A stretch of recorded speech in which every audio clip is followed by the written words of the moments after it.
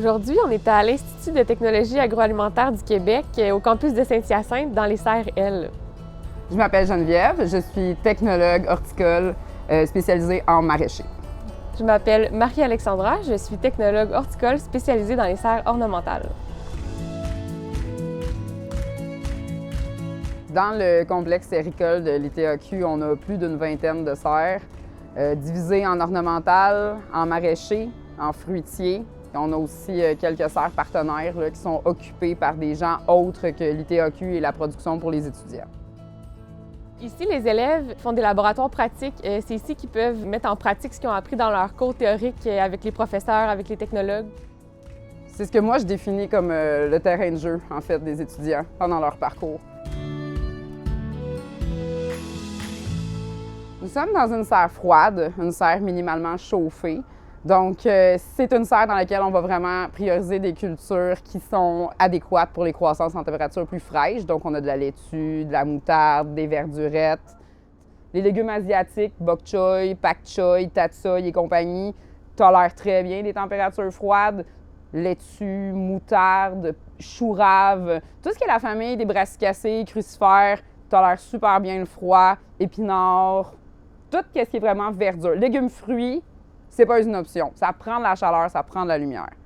Les laitues qu'on voit devant nous vont être prêtes à récolter probablement la semaine prochaine, dépendant de l'ensoleillement qu'on va avoir, mais on commence à avoir une belle forme, une belle pomme, c'est dodu. Ici, on est autour de 13, 14, je pense jour et nuit. En fait, on veut leur garder vraiment une stabilité de climat, mais c'est sûr que quand il y a de l'ensoleillement qui rentre dans la serre, là, ça peut monter jusqu'à 20, 25, 30, dépendant du climat qu'on a à l'extérieur. Oui, on a de la ventilation, mais l'ensoleillement fait vraiment toute la différence à l'intérieur. C'est sûr que durant l'été, on va essayer de ventiler le plus possible. Là, on ne veut pas aller en haut de 30, 32 degrés. Là. Notre gros enjeu dans les serres ici, c'est la chaleur. Quand les températures montent trop, la croissance, elle stagne. Donc, c'est parfait pour l'automne puis la session d'hiver.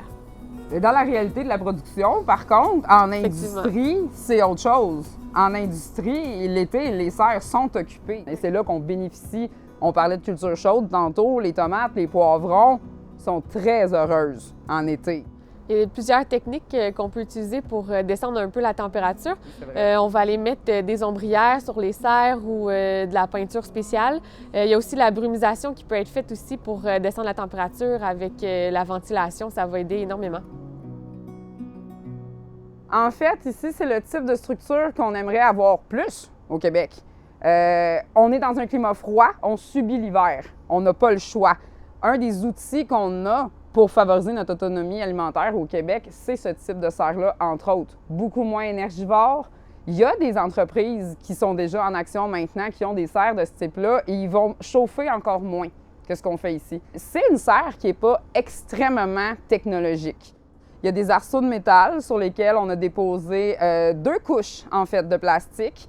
Et c'est ces 2 couches-là de plastique qui nous permettent de faire une isolation des températures extérieures. Donc, il y a une soufflerie qui vient envoyer de l'air entre les 2 parois. C'est ça qui fait le tampon pour nous isoler de l'extérieur.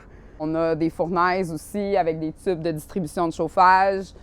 Et moi, mon secteur privilégié, ce sont vraiment les serres chaudes. Donc, j'ai 6 serres qui sont montées sensiblement de la même façon les unes des autres. Donc ici, on entre dans la serre C6. C'est une serre jumelée dans laquelle on retrouve du concombre. Derrière, on retrouve la tomate et au côté, on retrouve de la tomate aussi. Dans les serres chauffées, globalement, c'est qu'on a des structures qui sont plus hautes. On va chercher à optimiser l'utilisation de l'espace, fait qu'on va aller travailler en hauteur. Ça, c'est ce qu'on appelle une culture de concombre abaissée. Donc, comme on parlait tantôt, on a des ficelles, des crochets qui sont accrochés sur des broches en haut. Fait que comment ça fonctionne, c'est que notre plant part d'en bas, il monte sur la ficelle, nous, on vient l'enrouler, l'attacher.